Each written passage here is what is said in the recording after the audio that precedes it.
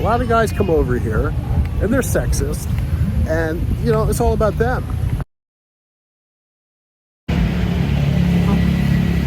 Well, hello, and thanks for coming back to another video. Today's topic is the cost of a girlfriend in Thailand, and I took it a step further. You've probably heard of the girlfriend salaries. I'm not sure if you could call that a salary, but we'll discuss it and explain where it comes from. But also, we're going to try to take a look at what alternative girlfriends could cost, and that might be some of the freelancers or the bar girls that are out here. Do they make good girlfriends? That depends on you. Do they cost a lot of money? That depends on you also. It's a sensitive subject matter. A lot of people talk about it.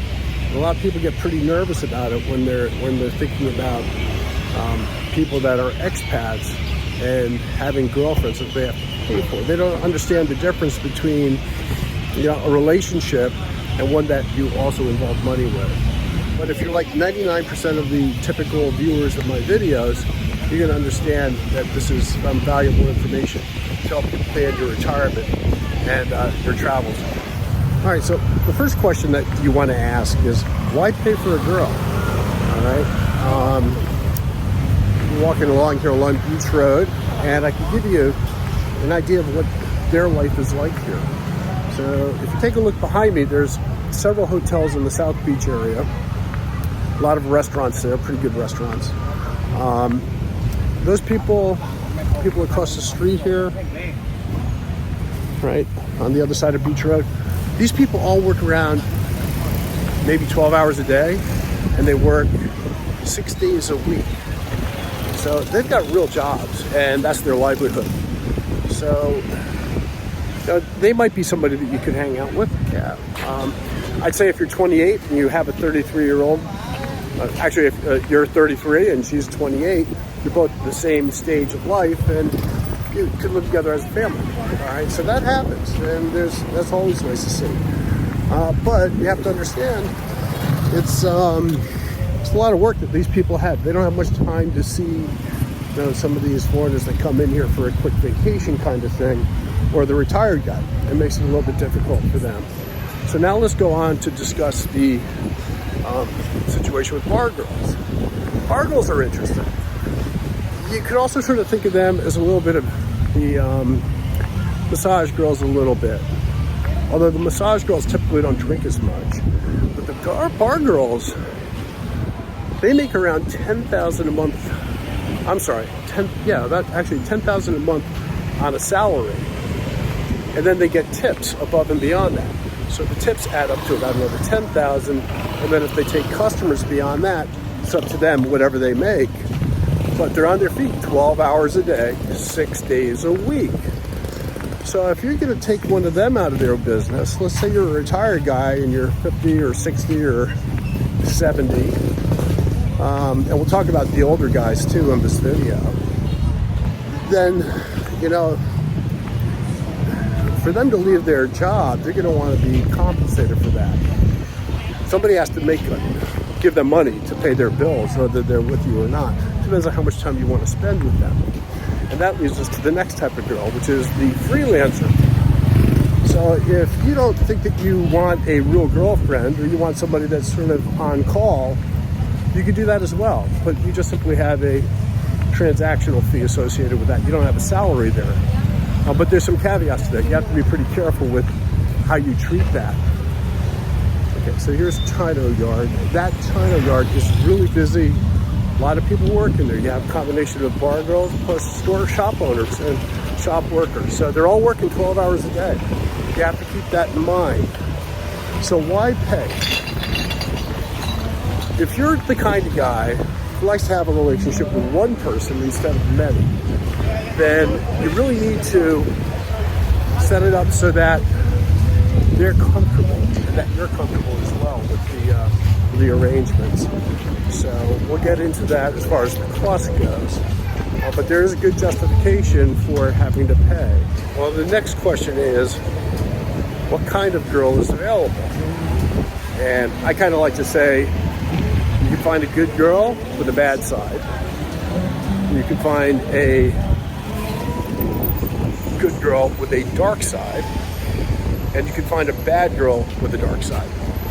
So let's sort of take a look at that. Good girl with a bad side. There's a lot of girls that come here and they sort of default into the trades. And by that, I mean, they could have jobs with the police department, they get laid off from the tourist business in another part of the country, their farm didn't produce, whatever the case might be. But Phuket's known for having a lot of money. So they come down here, obviously, to make money. But they're also sometimes looking to find Prince Charming. I've got some great examples of this that I'll get into, but 3 different girls I've met over the last 2 years, just as friends, they have talked to me about their relationships and how their hearts got broken. I found that really interesting. I want to share that with you guys today, especially when you start talking about, you know, why you would pay for a girl, right? How do they feel when they lose a guy, and do they get hardened by it? And that leads us to the freelancers. And I think that the ones that I've met, I mean, you can get great conversations with these people, guys. It's really interesting.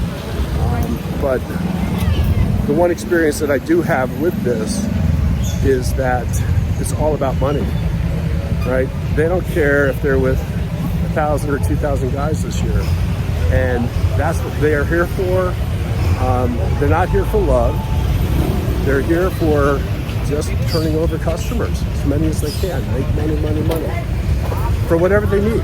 I know 26-year-olds that have bought houses. All right, so now I'm in front of the Ben Lamai Hotel and Restaurant area. That was open during COVID and the lockdowns. But let's talk about the girls and what are their dreams, all right? I think a lot of foreigners do not ask them what their dreams are. A lot of guys come over here and they're sexist and, you know, it's all about them.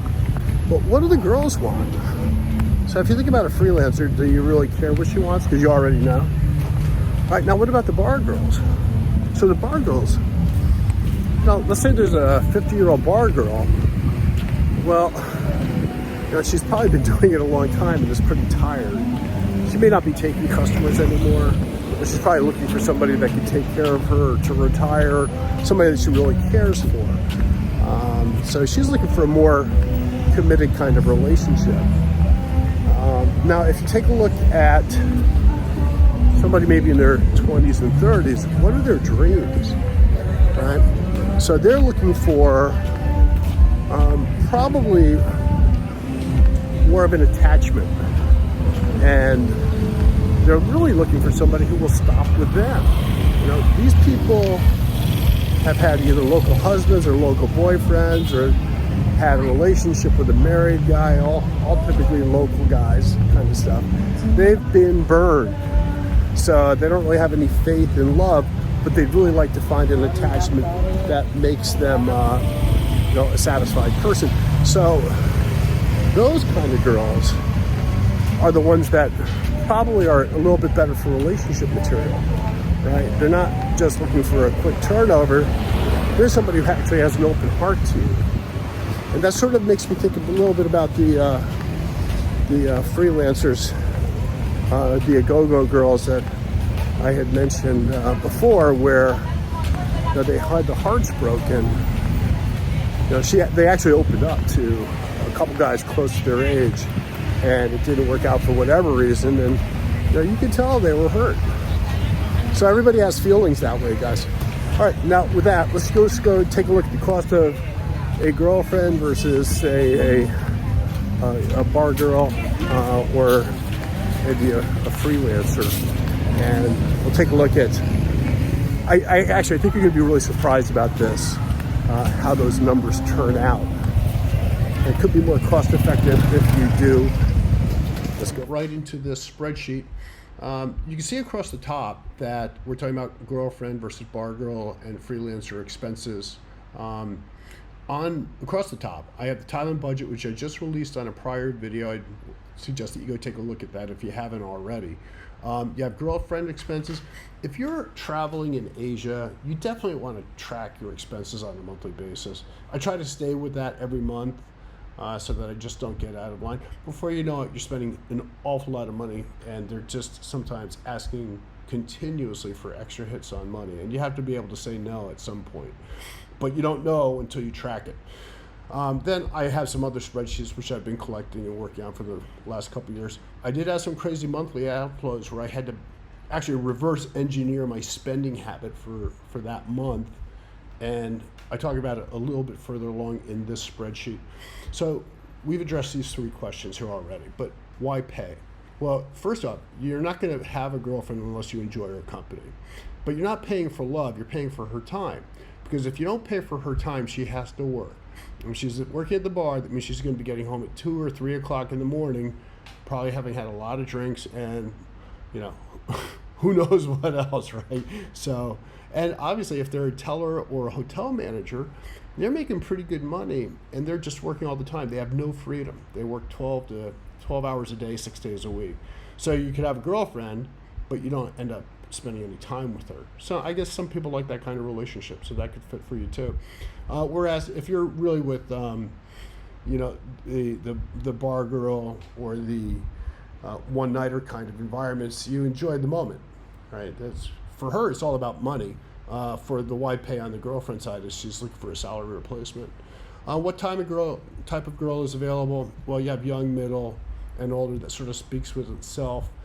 You got to be careful here. I talked about good girl with the dark side and bad side and all that stuff. A good girl with the dark side is a girl that you really like and she's really nice, but when you're not around, what's she doing, right? So you might go back to your home country and, it's, who knows where she is. She could have another boyfriend come in town. So that's a secret. And people with secrets usually have a dark side. All right, so, and we talked about what their dream is, so I don't really need to get back into that. All right, so let's get down into the expenses. How much does it cost, and how can you structure it so that you don't get burned? And many people do get burned. So the way they get burned typically is they might make a lump sum payment to a girl. All right, so a girl says, I need $20,000 for this, or listen, I'll be your girlfriend. It's $30,000 a month, and so give me the money now, and then you give them the money. The next month they might say, well, I'm trying to build a barn, so could you give me 3 months in advance, a lump sum? And the problem that you have with that is if you give them that lump sum, they may never return. So I don't recommend that either, and then you're out of a lot of money. I've heard guys have that happen to them. So the way I sort of structured this, it makes sense. Is I try to set up a payment that's reasonable on a monthly basis. That's an example there. But so you might want to pay 5,000 baht 2 times a month as a salary. All right. Hey, whatever you can afford, whatever you like. It might be a stellar woman that you really fell in love with. You might want to give her 15,000. Each time in the month. It depends. It depends on what your situation and relationship is. But if you're serious about somebody and you really want to spend the time with them, you sort of have to factor in what the balance is there. But for this purpose, let's use just 5,000 per month, 2 times per month. And then a bonus. I always set up a bonus, and really it's an attitude bonus. If the girl has a lousy attitude, why do you want to give her any money? So I would always break it. Hey, I give you a little bit of extra if you do a nice job and you're fun to be with and pleasant and all that. I think it really makes a lot of sense. Chores and duties, things like that, you might want to give them a little bonus. If they're just sitting around, what good is that, right? And usually if they're younger, they need to keep themselves occupied. So you want to give them some sort of a reward on that. And one of the things that I do is, I try to give a little bit of a YouTube stipend. So for every video, I'll give her about 500 baht. Not much money, but it adds up over the month. This is the difference between. Actually, we'll go talk about the bar girl or freelancer cost now. So the way I set this up is that, typically speaking, you can have a bar fine between 800 and 2,000, depending on where you are in town or in Thailand.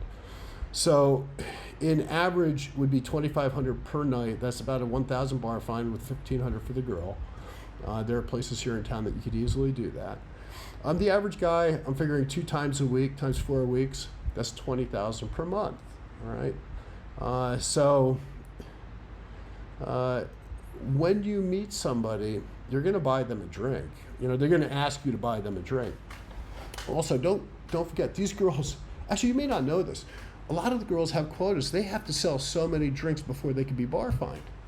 So if you go into one of these a-go-go's, I think one requires at least 17 drinks are sold before they can be taken out.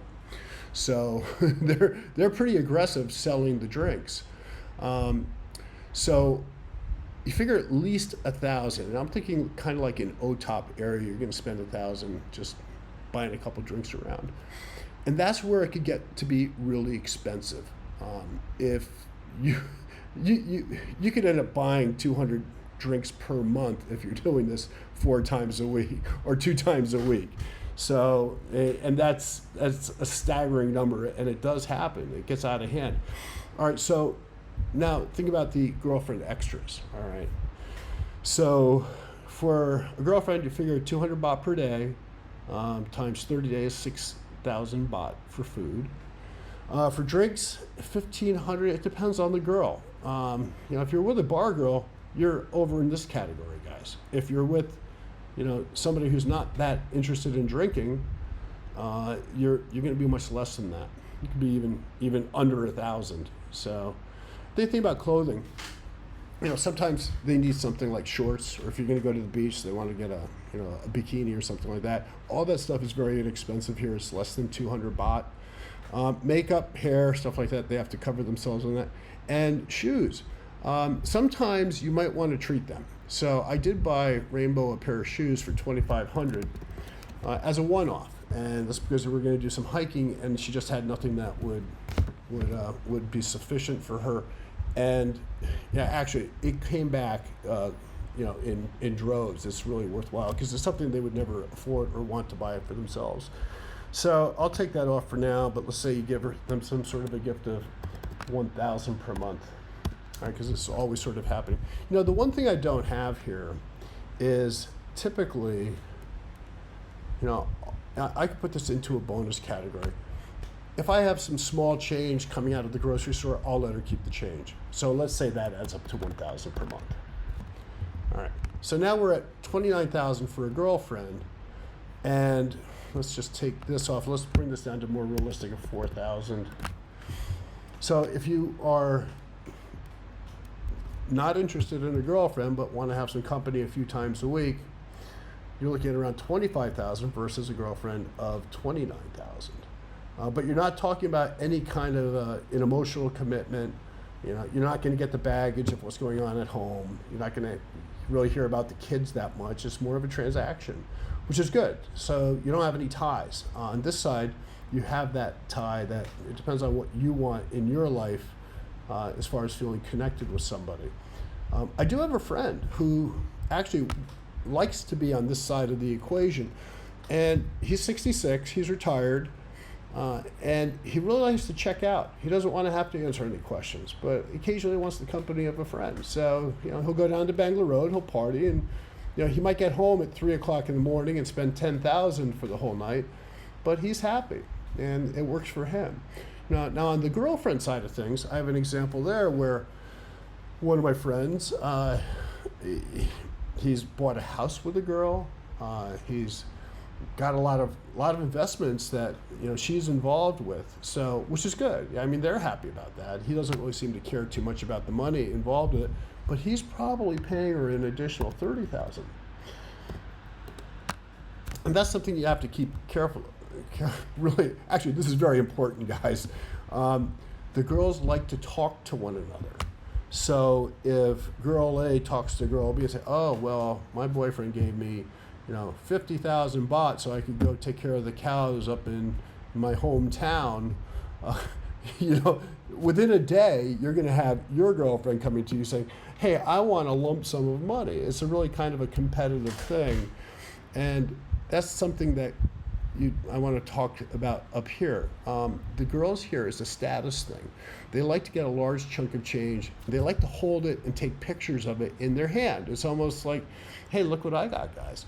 So if you were to give them 90,000 per month, just cash, Or if they like that because they have a big chunk of money in their hand. But if you were to give them $3,000 per day, they're not going to save it for 30 days. They're going to spend it throughout the time, but it's not going to have the impact of a big chunk of change in their pocket. So you always run into the controversy of, do I give a lump sum payment versus some sort of basic salary and bonus plan? It's interesting how it works out. I would always recommend go with some sort of base plan and a bonus structure if this is what you want to do, and then you could always throw out that lump sum payment. A year later, you could start working it out that way. If you trust the person and if you have that kind of a relationship. So with that, I think I probably addressed what it costs to have a girlfriend in Thailand. If you have any questions, feel free to leave them in the comment section below. I hope this helps you in your journeys. Again, this is a subject that's really touchy. I find a lot of foreigners don't understand